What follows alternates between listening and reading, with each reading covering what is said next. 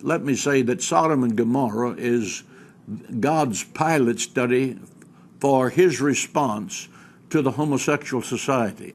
Well, it's good to know that time which could be spent elsewhere, you know, solving world hunger, is spent by God planning out these things.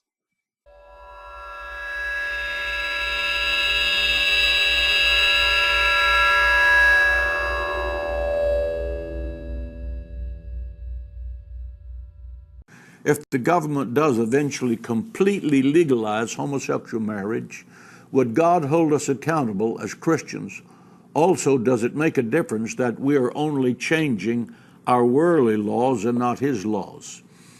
First of all, let me say that Sodom and Gomorrah is God's pilot study for his response to the homosexual society. The fact is that not everyone in Sodom and Gomorrah was homosexual.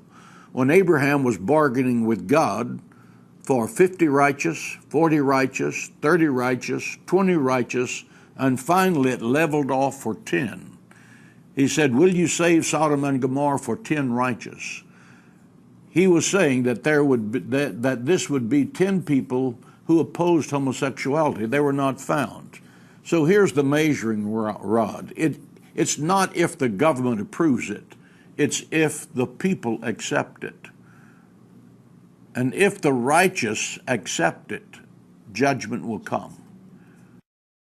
Being there, people of YouTube, this is Essence of Voltage, just doing a very quick video because, you know, I haven't done a video recently. I decided, you know, I saw this one, thought I could make a few points, just keep you guys interested, really. And I decided, why the hell not?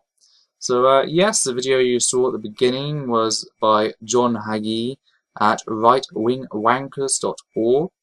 Of course, they're going on about the usual homosexuals, Sodom and Gomorrah, which is one of their favourite topics, along with, you know, putting women down or just attacking liberalism, the communist threat, which they so feverishly love. So, yeah, I decided, why the hell not? The first point, which I really adore about this, is the study, you know, the pilot study. The fact that their all-knowing God requires a pilot study. That just comes with irony all over it. Irony on two parts. One, he's supposedly all-knowing, so surely he knows if he, you know, whatever he does is going to work. So why does he need a pilot study? Secondly, that's like the first time I've heard a conservative talk positively about science and its methodology. I feel there's change in the wind. We are getting somewhere. I don't know where, but we are getting somewhere.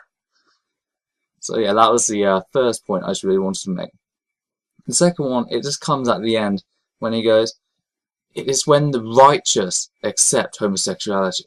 Well, if homosexuality is wrong in your eyes, for someone to accept it, doesn't that mean that they are not actually righteous? Doesn't that mean that they are not righteous? Or they have made the change from righteous to not righteous? They are no longer righteous. So, yeah. You seem a bit confused there. But the third point, and this is just, you know, Sodom and Gomorrah. I love the story of Sodom and Gomorrah. You know, it might surprise some of you because A, I'm atheist, and B, I'm LGBT. So, yeah, why do I love this story? Because it's so easy to pick apart. I mean, you know, it starts off with God telling Abraham he's going to destroy the two cities. Abraham haggles with him over the price, etc. You know, with the lies, as was mentioned in the video.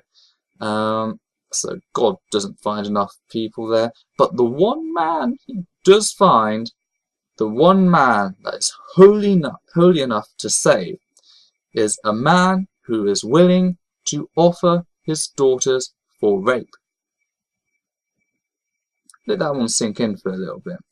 The one dude, you know, out of all the countless children, the homeless on the streets, you saved the man who is willing to offer his daughters for rape.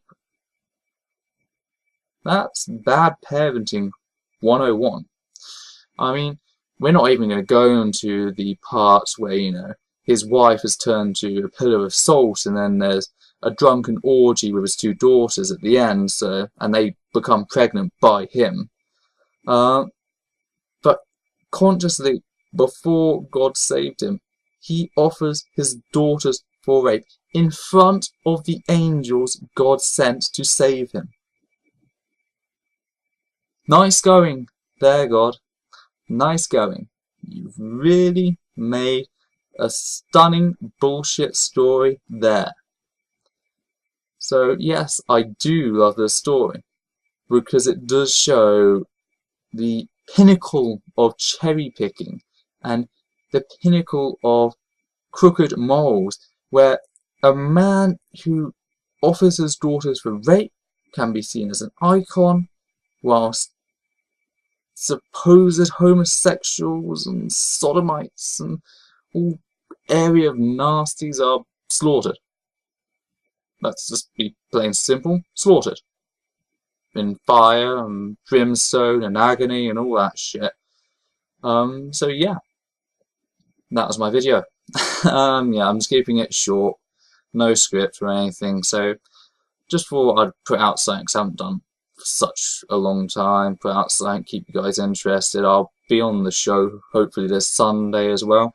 This time we should have a theist as well, but you know, we'll see. So yes, thank you all for listening. This is Essence of Thought. Out.